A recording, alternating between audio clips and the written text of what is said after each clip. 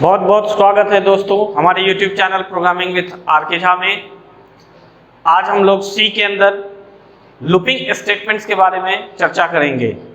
किसी भी प्रोग्रामर के लिए लॉजिक क्रिएशन के लिए दो चीज़ें बहुत ज़रूरी होती है समझ के रखना, एक कंडीशनल स्टेटमेंट्स और दूसरा लूपिंग स्टेटमेंट्स।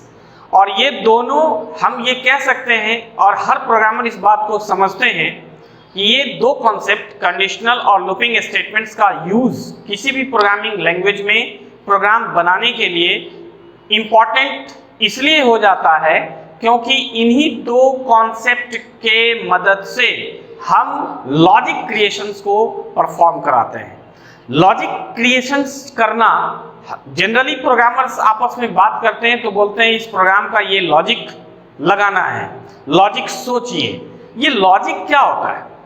अगर हम एक प्रोग्रामिंग के पॉइंट ऑफ व्यू से बात करें कि ये लॉजिक क्या होता है, तो लॉजिक दोस्तों एक तरह से आप समझ सकते हैं कि मैथ बनाने के लिए जैसे आप फॉर्मूला को सेट करते हैं, यूज करते हैं, फॉर्मूला यूज करने से प्रॉब्लम सॉल्व हो जाता है, मैथमेटिकल प्रॉब्लम्स। तो हम ये कह सकते हैं कि प्रोग्रामिंग सॉल्यूशंस के लिए लॉजिक सोचना हमें होता है, यानी फॉर्मूला सेट करना होता है। और ऑब्वियसली फॉर्मूला वही मैथमेटिशियंस बहुत अच्छे से सोच पाते हैं जिन्हें फॉर्मूला माइंड में सेटअप होता है और फॉर्मूला का इवैल्यूएशंस पता होता है कि कौन से फॉर्मूला को किस टाइम में कहाँ यूज करना चाहिए। यही मेन लॉजिक है। लॉजिक क्रिएशंस में भी हमें खुद से सोचने होते हैं हम किस तरीके से अरेंजमेंट्स करें कोड का। तो अरेंजमेंट्स ऑफ कोड डिपेंड करता है कंडीशनल और लूपिंग स्टेटमेंट्स के ऊपर, क्योंकि ये दो टूल्स ऐसे हैं जो बड़े बड़े काम को, बड़े बड़े परफॉर्मेंस को स्मॉल इंस्ट्रक्शंस के थ्रू भी परफॉर्म करने का फैसिलिटी प्रोवाइड करता है। यानी हम कम लिखें और ज़्यादा से ज़्यादा काम हो, इस पर्पस को अचीव करने के लिए हमें हमारा कमांड लूपिंग स्टेटमेंट्स के ऊपर और कंडीशनल स्टेटमेंट्स के ऊपर होना ही चाहिए। तो चलिए शुरू करते हैं। आज हम लोग लूपिंग स्टेटमेंट्स इन सी की बात करेंगे। तो अगर हम बात करें लूपिंग स्टेटमेंट्स इन सी, तो कोई भी प्रोग्रामिंग लैंग्वेज के अंदर लूपिंग स्टेटमेंट्स का कॉन्सेप्ट सपोर्टेड होगा ही होगा। लूपिंग स्टेटमेंट्स का डेफिनेशंस अगर हम दें, हम ये कह सकते हैं कि किसी भी पर्टिकुलर टास्क को एक सर्टेन कंडीशन के बेसिस पर एक सर्टेन टाइम तक रिपीट कराने के लिए जिस स्टेटमेंट्स का यूज होता है उसे हम लूपिंग स्टेटमेंट्स कहते हैं। ओके, आप ऐसे भी कह सकते हैं कि looping statements are used to repeat a certain task on some condition for a certain time. Okay, जैसा कि आपको पता है जितनी भी बातें मैं बोलता हूं वीडियो में उसके कॉरेस्पॉन्डिंग मटेरियल्स हम आप तक पहुंचाते हैं टेलीग्राम के माध्यम से। डिस्क्रिप्शन बॉक्स में मटेरियल्स नोट्स तक पहुंचने का लिंक दिया जाता है। आप सभी व्यूअर्स डिस्क्रिप्शन बॉक्स के थ्रू, लिंक के थ्रू टेलीग्राम तक पहुंचकर नोट्स को स्टडी करने में आप अपना रोल प्ले कर सकते हैं। तो लूपिंग स्टेटमेंट्स इन सी की बात हमने कर ली कि किसी सर्टेन टास्क को एक सर्टेन टाइम तक सर्टेन कंडीशन के बेसिस पर रिपीट कराने के लिए हम लूपिंग स्टेटमेंट्स का यूज करते हैं। देखिए, एक बिगनर्स प्रोग्रामर्स के लिए हम एक एग्जाम्पल के थ्रू इस बात को समझाने का कोशिश करते हैं कि अगर आप एक प्रोग्राम आपको दिया गया कि 1 to 100 प्रिंट करो, ठीक है, 1 to 100 प्रिंट करो, और आप लूपिंग स्टेटमेंट्स के बारे में नहीं समझ रहे हैं, तो आप क्या करेंगे? इस प्रोग्राम को बनाने में आउटपुट स्टेटमेंट का यूज आप 100 टाइम्स करेंगे। printf1, printf2, printf3, printf4, printf5, printf6 up to printf100। तो अब आप सोच के देखिए कि काम आपका है नॉर्मल 1 to 100 प्रिंट करने का। स्क्रीन पे आउटपुट तो 1 to 100 आएगा, आउटपुट में वैसा ही मिलेगा जैसा हम एक्सपेक्ट कर रहे हैं। लेकिन प्रोग्राम लिखने में कितना वर्स्ट प्रोग्रामिंग हुआ कि आप 1 to 100 के लिए 100 लाइंस प्रिंटिंग का लिख रहे हैं, और अगर 1 to 1000 कह दिया गया तो 1000 लाइंस आउटपुट का आप लिख रहे हैं। इसी तरह के प्रॉब्लम्स को हम सॉल्व कर सकते हैं लूपिंग स्टेटमेंट्स के मदद से। अगर हम लूपिंग पर कमांड कर लें, लूपिंग के बारे में समझते हैं, तो हम इस एक 1 to 100 या 1 to 500 या 1 to 1000 तक के प्रिंटिंग को सिर्फ एक लाइन आउटपुट स्टेटमेंट लिख करके लूपिंग स्टेटमेंट के मदद से हम इसे प्रिंट कर सकते हैं।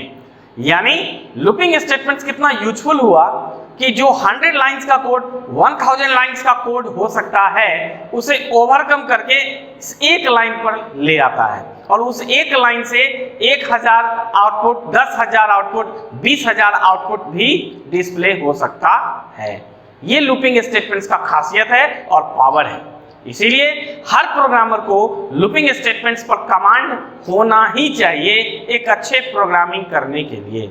ओके, तो हमने लूपिंग स्टेटमेंट्स का डेफिनेशंस तो समझ में आ गया हमें कि रिपीट करने के लिए सर्टेन कंडीशन के बेसिस पर और सर्टेन टाइम तक हम लूपिंग स्टेटमेंट्स का यूज करेंगे। सी हमें 3 तरह का लूपिंग स्टेटमेंट्स सपोर्ट करता है। फॉर लूप, दूसरा हम कहते हैं व्हाइल लूप, और तीसरा लूपिंग का नाम है डू व्हाइल लूप। ओके, तो फॉर लूप, व्हाइल लूप और डू व्हाइल लूप, ये 3 लूपिंग स्टेटमेंट्स सी लैंग्वेज सपोर्ट करता है। क्योंकि तीनों लूपिंग स्टेटमेंट्स है, इसीलिए तीनों का पर्पस तो एक ही होगा, क्योंकि लूपिंग का ही मतलब है रिपीटेशन ऑफ वर्क। तो तीनों का मकसद एक है, सर्टेन टास्क को रिपीट कराना, लेकिन 3 अलग अलग दिए हुए हैं। इसका क्या मतलब होगा? तो तीनों का सिंटैक्स अलग अलग होता है दोस्तों, तीनों का सिंटैक्टिकल यूज अलग अलग होता है। तो कुछ ऐसे प्रोग्रामिंग होंगे, कुछ ऐसे लॉजिक होंगे जो हमें फॉर लूप से इजीली सेट करना महसूस होगा, कुछ ऐसे लॉजिक होंगे जिसे हम फील करेंगे कि व्हाइल लूप से बहुत आसानी से सेट कर पा रहे हैं, कुछ ऐसे लॉजिक होंगे जो डू व्हाइल से आसानी से सेट हो पाएंगे। तो ये हमें, यानी हम प्रोग्रामर्स को ये सोचना होगा कि हम कब कौन सा लूपिंग स्टेटमेंट्स यूज करें। ओके, किसी प्रोग्राम का डिपेंडेंसी नहीं होगा कि कोई पर्टिकुलर प्रोग्राम फॉर लूप से ही बन सकता है, वो व्हाइल से नहीं बन सकता, डू व्हाइल से नहीं हो सकता। ऐसा कोई थ्योरेटिकल कॉन्सेप्ट आप दिमाग में सेट नहीं करेंगे। कोई भी looping work for loop, while loop, do while loop तीनों से हो सकता है। सिर्फ डिफरेंस यही होगा कि तीनों का सिंटैक्टिकल यूज अलग अलग होता है। इसीलिए सिंटैक्स के अकॉर्डिंग हमारे ऊपर डिपेंड करेगा हम कब कौन सा लूपिंग स्टेटमेंट्स को लगाना चाहते हैं, वहां हम उसे लगा लें। ओके, तो अब एक एक करके हम तीनों लूप के सिंटैक्स को हम लोग अलग अलग क्लास के थ्रू डिस्कस करेंगे दोस्तों। आज के इस वीडियो में हम फॉर लूप के डिस्कशन को करेंगे, फॉर लूप के सिंटैक्स को समझेंगे, एग्जांपल्स को देखेंगे, और फॉर लूप के ऊपर कुछ प्रोग्राम्स हम आपको नोट्स में बनाकर सेंड करेंगे, जिसे आप प्रैक्टिस प्रोग्राम समझ सकते हैं और कंप्यूटर से आप उसे एग्जीक्यूट करके चेक कर सकते हैं और अपने आप को प्रैक्टिस में डाल सकते हैं। ओके, तो फॉर लूप के सिंटैक्स को अगर हम समझें तो कैसे यूज होगा फॉर लूप।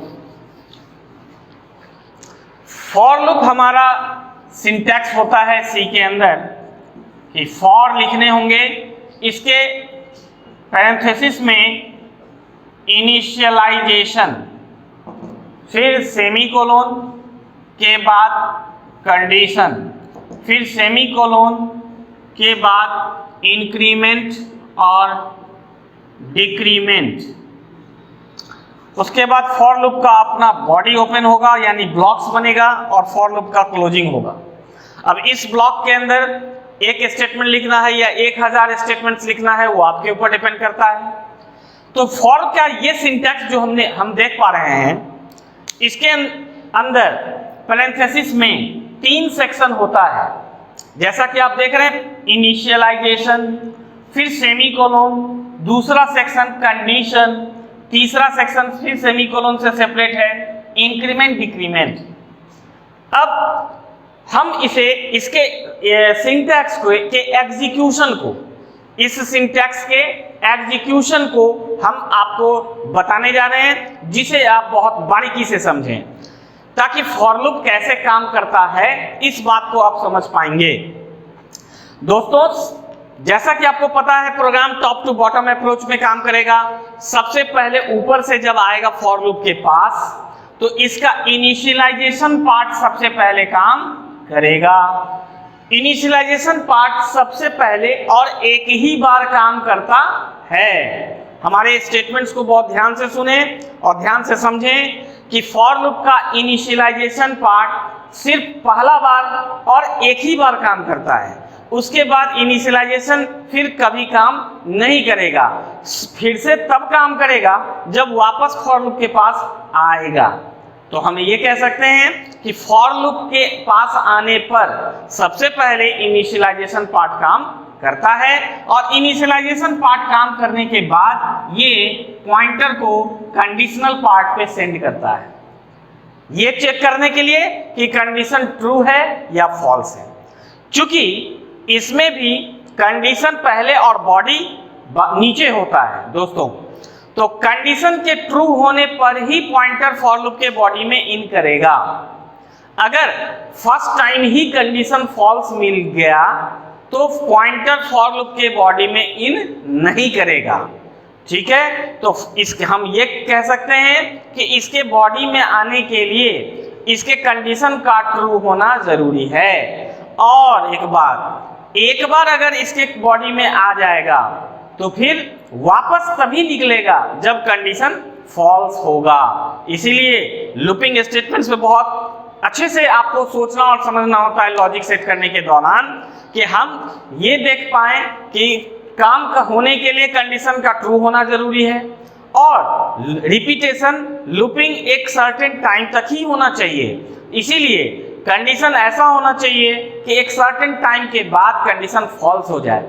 अगर कंडीशन फॉल्स नहीं होगा तो लूपिंग में एक बार पॉइंटर आने के बाद फिर कभी बाहर नहीं निकल पाएगा और ये इनफाइनाइट एग्जीक्यूशन में चला जाएगा। ओके, तो सबसे पहला इसका एग्जीक्यूशन कैसे हुआ? सबसे पहले इनिशियलाइजेशन, फिर कंडीशन पार्ट चेक करने के लिए गया, यानी फर्स्ट जंप यहां से यहां लिया। कंडीशन अगर ट्रू मिलता है तो ये पॉइंटर को बॉडी के अंदर सेंड कर देगा, यानी first time increment decrement part execute नहीं करता है दोस्तों। फर्स्ट टाइम क्या हुआ? इनिशियलाइजेशन से कंडीशन ट्रू होने पे पॉइंटर बॉडी के अंदर इन, फिर इसके अंदर का स्टेटमेंट्स एक एक करके रन करेगा, और इसका क्लोजिंग जब रीड होगा, ये क्लोजिंग का काम है पॉइंटर को इंक्रीमेंट डिक्रीमेंट पार्ट पर सेंड करना। यानी एक बार बॉडी काम करने के बाद पॉइंटर इंक्रीमेंट डिक्रीमेंट पार्ट पर जाता है, यहां से जिस वेरिएबल से हमने लूपिंग चलाया है, कंडीशन वगैरह दिया है, उसका वैल्यू इंक्रीज या डिक्रीज अकॉर्डिंग टू लॉजिक हमें करने होंगे, वो ये सेक्शन करेगा। ये सेक्शन एक बार बॉडी काम करने के बाद से शुरू होगा काम करना और अंत तक फिर करता रहेगा। सेकेंड टाइम यहाँ गया, इंक्रीमेंट डिक्रीमेंट काम करने के बाद वापस कंडीशन चेक करने आएगा, यानी सेकेंड टाइम ये होगा, और फिर कंडीशन ट्रू होने पे पॉइंटर बॉडी में आएगा, यानी सेकेंड टाइम ये होगा, और ये रिपीटेशन फिर होता रहेगा तब तक जब तक हमारा कंडीशन फॉल्स ना हो जाए। तो आप जैसा कि देख पा रहे हैं लूपिंग कैसे क्रिएट हुआ। First time initialization, condition true तो पॉइंटर बॉडी में, फिर एक बार बॉडी काम करने के बाद इंक्रीमेंट डिक्रीमेंट, फिर कंडीशन, फिर बॉडी के अंदर, फिर इंक्रीमेंट डिक्रीमेंट, फिर कंडीशन, फिर बॉडी के अंदर, ये सिलसिला चलता रहेगा जब तक कि कंडीशन फॉल्स नहीं हो जाता है। ओके, तो उम्मीद करते हैं कि फॉर लूप का ये सिंटैक्स आपको समझ में आ गया होगा। अब इसके ऊपर में हम लोग एग्जाम्पल की बात करें कि कैसे हम इसको एग्जाम्पल में यूज कर सकते हैं। ओके,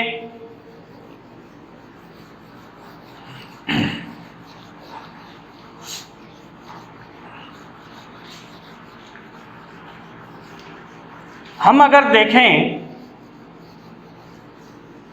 कि फॉर लूप का सिंटैक्टिकल को अगर प्रैक्टिकली यूज में ले जाते हैं तो सपोज हमने लिखा for a equal to 1, a less than equal to 5, a plus plus, और यहां हमने लिख दिया printf a equal to %d, a। तो दोस्तों इसके अंदर अभी एक ही स्टेटमेंट का जरूरत है हमें, हमने एक ही स्टेटमेंट लिखा, लेकिन ये एक स्टेटमेंट आपका आउटपुट जनरेट कैसे कर रहा है। a equal to 1 according to theory, सबसे पहले इनिशियलाइजेशन काम किया a इक्वल टू 1, फिर कंडीशन के पास गया तो क्या a less than equal to 5 है, तो कंडीशन ट्रू, बॉडी में आ गया a इक्वल टू 1 प्रिंट हो जाएगा। जैसा आपने प्रिंटफ में लिखा है आउटपुट आप वैसा ही सोचेंगे। हमने a इक्वल टू मैसेज करके लिखा तो a इक्वल टू फिर %d की जगह पर a का डेटा यानी 1, फिर ये अकॉर्डिंग टू थ्योरी क्लोजिंग का काम है a के पास भेजना। a आपने ऑपरेटर पर रखा है, a का काम है 1 से इंक्रीमेंट कर देना a के वैल्यू को, a का वैल्यू हो जाएगा 2 लेकर के फिर कंडीशन के पास गया, कंडीशन अभी भी ट्रू है, फिर ये a इक्वल टू 2, फिर a equal to 3, a equal to 4, a equal to 5 तक प्रिंट करने के बाद वापस फिर जब a के पास जाएगा तो a का वैल्यू 6 हो जाएगा। 6 होने पर कंडीशन चेक करेगा तो 6 लेस देन इक्वल टू 5 नहीं होगा, यानी कंडीशन फॉल्स हो जाएगा और आपका काम रुक जाएगा। अब आप देख रहे हैं कि अगर सिंपल यहां आप 500 कर दें तो यही एक लाइन 1 से 500 तक आपको आउटपुट दे सकता है। आप जितना चाहें सिर्फ यहां वैल्यूज बदल देने से, एक स्टेटमेंट से हम 1000, 5000 जितने भी काम करना चाहें करवा सकते हैं। ओके, अब हमें एक और एग्जांपल हम समझना चाहें।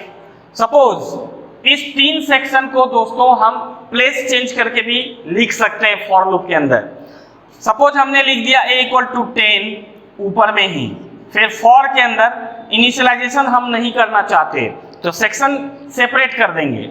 हमने कंडीशन लिख दिया a greater than equal to 1 और फिर यहाँ इंक्रीमेंट डिक्रीमेंट भी हम नहीं देना चाहते, लेकिन आप इनिशियलाइजेशन इंक्रीमेंट डिक्रीमेंट यहाँ मेंशन नहीं भी करना चाहते हैं तो आपको सेमीकोलन से पार्ट सेपरेट करना होगा ही, और कहीं ना कहीं इस वेरिएबल का इनिशियलाइजेशन और इंक्रीमेंट डिक्रीमेंट होना चाहिए।